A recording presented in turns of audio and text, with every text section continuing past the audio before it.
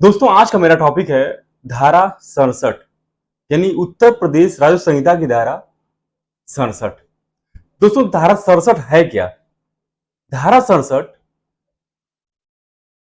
सार्वजनिक यानी गांव के सार्वजनिक भूमि से संबंधित है। यानी अगर कोई व्यक्ति गलत अधिभोग कर रहा है यानी सार्वजनिक सार्वजनिक संपत्ति का क्षति कर रहा है, उसका अधिभोग कर रहा है यानी उसको नुकसान पहुंचा रहा है, उससे संबंधित ये धारा है।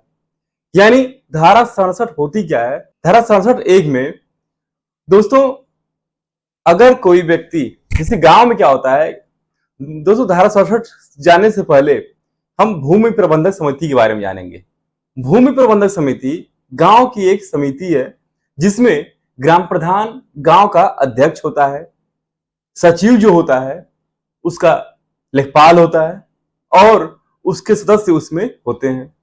अगर गांव की किसी भी सार्वजनिक भूमि को अगर ग्राम प्रधान यानी सदस्यों को या सचिव को यह लगता है कि फला व्यक्ति के द्वारा इस भूमि का गलत तरीके से अधिभोग किया जा रहा है यानी नुकसान पहुंचाया जा रहा है, तो उसको वो रोकने के लिए या तो हो सकता है कि कब्जा अस्थायी रूप में हो या तो हो सकता है अस्थायी रूप में हो, उसको रोकने के लिए वो सहायक कलेक्टर महोदय के यहाँ एक सूचना प्रेषित करते हैं।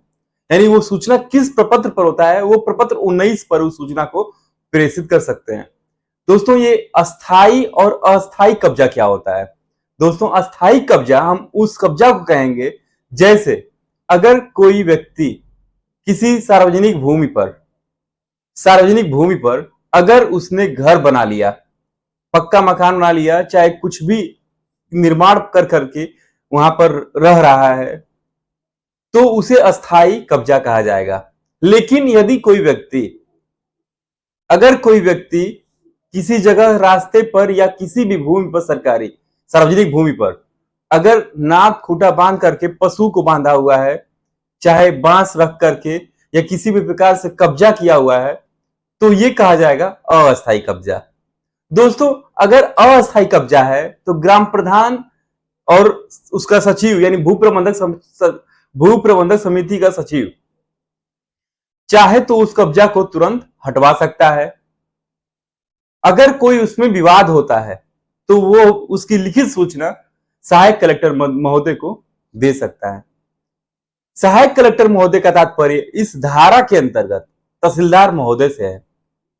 यानी तहसीलदार महोदय को इस धारा में सहायक कलेक्टर का पद प्राप्त है, यानी सहायक कलेक्टर तक का उन्हें पदवी दी गई है।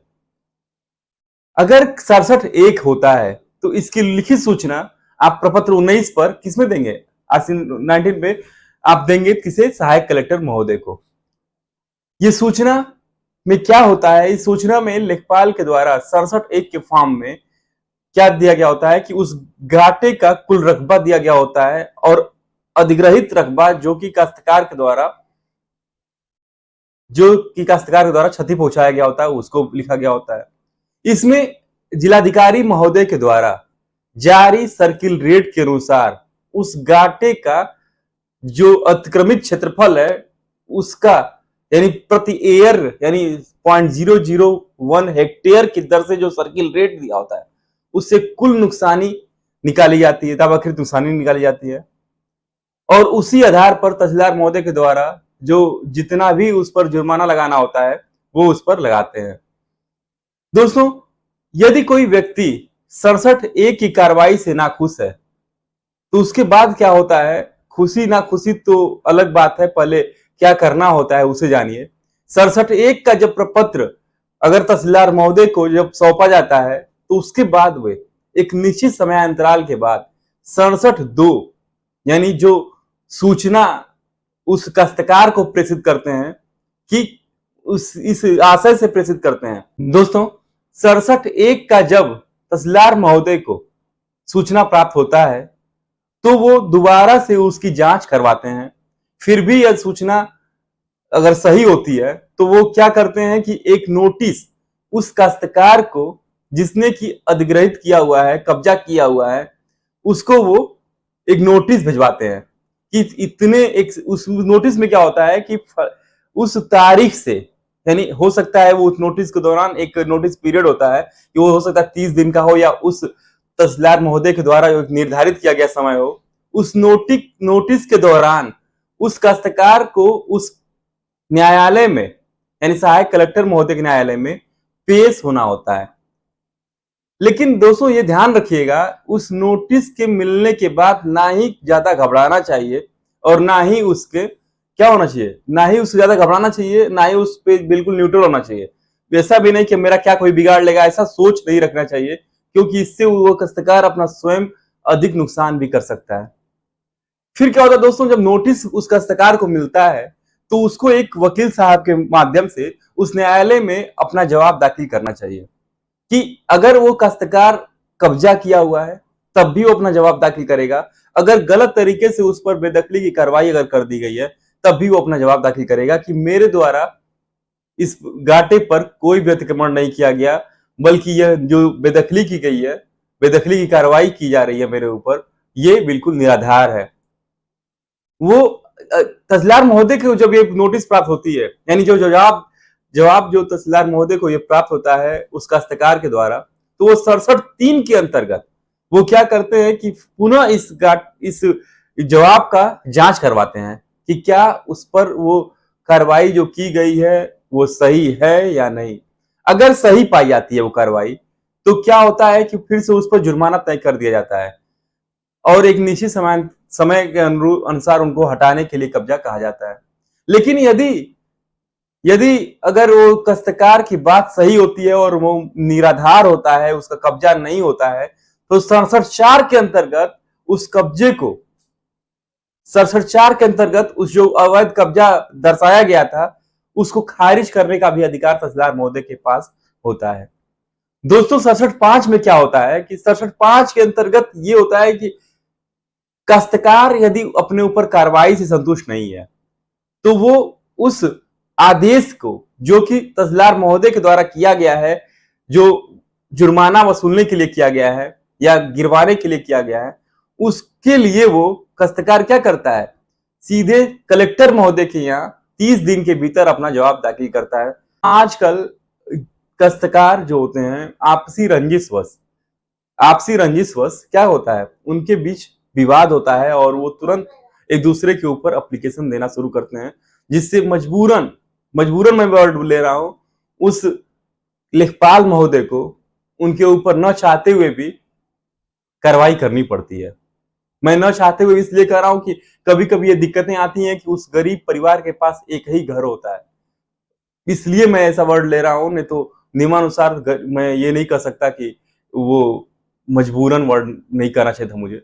लेकिन दोस्तों ये बहुत दिक्कतें हैं कि उस काश्तकार का एक ही घर होता है, उस पर भी बेदखली करना पड़ता है लेखपाल महोदय को और सरसटे की सूचना प्रेषित करनी पड़ती है, जिस पर उसको बाद में काश्तकार को दिक्कतों का सामना करना पड़ता है। लेकिन आपसी रंजिशवश ऐसा किसी के साथ नहीं करना चाहिए, कोई गरीब व्यक्ति का घर उजड़ भी सकता है इसकी वजह से।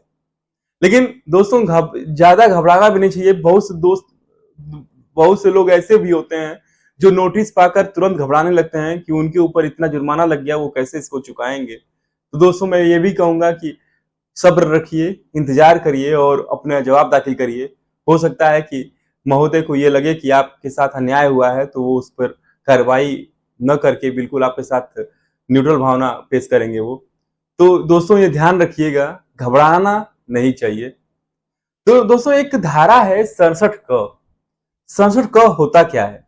67(क) के अंतर्गत दोस्तों 67(क) के अंतर्गत जिस प्रकार से आवंटन, एक दोस्तों कोई भी आबादी को दर्ज करने के लिए क्या क्या प्रक्रिया होती है। पहला तो ये होता है कि हम आवंटन ग्राम प्रधान के प्रस्ताव के द्वारा लेखपाल के थ्रू होते हुए वो क्या होता है, आवंटन किया जाता है। यानी जब उप जिलाधिकारी महोदय उसे स्वीकृत करते हैं तो वो प्रस्ताव स्वीकृत माना जाता है और उसका आवंटन निश्चित हो जाता है। ठीक उसी प्रकार से यदि किसी काश्तकार का 29 नवंबर 2012 से पूर्व का मकान यदि बना हुआ है किसी भी सार्वजनिक भूमि पर, लेकिन सार्वजनिक उपयोग की भूमि पर, ऐसी भूमि नहीं होनी चाहिए कि जैसे चारागाह, भीटा, पोखरी, रास्ता, खोर, खेल का मैदान या इस प्रकृति की भूमि नहीं होनी चाहिए, सार्वजनिक उपभोग की नहीं होनी चाहिए। कैसी भूमि होनी चाहिए? ऐसी भूमि होनी चाहिए जैसे नवीन परती, बंजर, ऊसर, पुरानी परती, श्रेणी 5 की जमीन पर इस प्रकार की भूमि होनी चाहिए जिस पर अगर घर बना हो तो। देखिए दोस्तों, मैंने क्या कहा, कंफ्यूजन मत क्रिएट करिएगा। अगर नवीन परती, बंजर, ऊसर, पुरानी परती पर घर बना हुआ है, तब क्या होता है कि उस काश्तकार को 29 नवंबर 2012 से पूर्व का अगर कब्जा है, यानी मकान के रूप में कब्जा है, अस्थायी कब्जा है, तो उसका कब्जा अस्थायी माना जाएगा और उसे के साथ रियायत बरती जाएगी। लेकिन यदि कोई व्यक्ति, किसके साथ बरती जाएगी? वो पात्र पात्र व्यक्ति कौन होगा? दोस्तों, पात्र व्यक्ति वही होगा जो आवंटन के लिए पात्र पात्र होता है। इसके लिए क्या होता है कि दोस्तों, आवंटन के लिए जो भी व्यक्ति पात्र होंगे, वे सभी के सभी इस धारा में पात्र होंगे। कौन कौन पात्र होंगे? उस ग्राम सभा में रहने वाले अनुसूचित जाति के व्यक्ति, अनुसूचित जनजाति के व्यक्ति, पिछड़े वर्ग के व्यक्ति और सामान्य वर्ग में जो गरीबी रेखा से नीचे जीवन यापन करते हैं, अर्थात जिसका क्राइटेरिया सरकार ने तय किया हुआ है कि ये इससे कम पाने वाले व्यक्ति गरीबी रेखा में रहेंगे। जैसे हमने ये मान लिया कि 49,000 रुपए से कम व्यक्ति जो पाते हैं ग्रामीण स्तर पे वो गरीब हैं, तो ये क्राइटेरिया जो होगा गरीबी रेखा से नीचे रहने वालों के लिए, वो व्यक्ति उस पात्रता की श्रेणी में आएंगे जो कि 29 नवंबर 2012 से पूर्व घर बना हुआ है, तो उनको लाभ दिया जा सकेगा। लेकिन दोस्तों, बहुत से परिवार ऐसे होते हैं जिसके अगर मान लीजिए लाभ न दिया जा सके तो वो क्या करेंगे? तो दोस्तों, वो एक ऐसा भी प्रावधान है, धारा 101 बदलायन का नियम, इसके लिए अलग वीडियो में बनाऊंगा। दोस्तों, धारा 101 में क्या होगा कि वो काश्तकार का अपने जो भूमिधरी होगी उससे इस सरकारी भूमि का बदलायन किया जा सकेगा। वो कैसे किया जा सकेगा, मैं उसके लिए अलग वीडियो बनाऊंगा, उसमें आप लोग जरूर देखिएगा। तो दोस्तों, ये उम्मीद करते हैं कि आपको समझ में आ गया कि धारा 67 क में क्या होता है। धारा 67 क में क्या होता है कि आबादी दर्ज करने का अधिकार एसडीएम महोदय के पास होता है। देखिए, रिपोर्टिंग कहां से शुरू होती है? वो रिपोर्टिंग लेखपाल से शुरू होकर के राजस्व निरीक्षक महोदय से होते हुए, तहसीलदार महोदय के होते हुए सीधे एसडीएम महोदय के पास प्रेषित की जाती है, जहां वह उसे स्वीकृत करते हैं। फिर क्या कहा मैंने ये बताया कि 29 नवंबर 2012 से पूर्व का वो मकान बना होना चाहिए। ठीक, अगर पात्रता के लिए कौन पात्र होगा, ये भी मैंने बताया आपको। पात्रता के लिए मैंने बताया कि एससी, एसटी, ओबीसी और गरीबी रेखा से नीचे जीवन यापन करने वाले सामान्य वर्ग के व्यक्ति।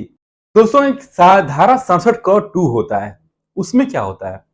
दोस्तों, धारा 67 क 2 में क्या होता है कि यदि किसी व्यक्ति का किसी दूसरे व्यक्ति के, यानी सरकारी जमीन में न होकर के किसी की भूमिधरी में घर बन गया है और यह घर 29 नवंबर 2000 के पहले का बना हुआ है, तब उसको भी आबादी दर्ज करने का लाभ दिया जा सकेगा। यानी वह भी इस में आवेदन करके, यानी 67 क 2 में आवेदन करके वो इसका लाभ ले सकता है। दोस्तों, ये कहना बहुत आसान है लेकिन प्रक्रिया थोड़ी जटिल होती है। दोस्तों, उम्मीद करते हैं धारा 67 जो मैंने आपको बताया, उत्तर प्रदेश राजस्व संहिता की धारा 67, ये आपको अच्छे से समझ में आया होगा। इसी के साथ मैं इस क्लास को एंड करना चाहता हूं और उम्मीद करता हूं कि आप लाइक, शेयर और सब्सक्राइब करना नहीं भूलेंगे। दोस्तों, जो भी आपको क्वेश्चन पूछना हो, कमेंट बॉक्स में कमेंट करके पूछ सकते हैं। मिलते हैं अगले वीडियो में।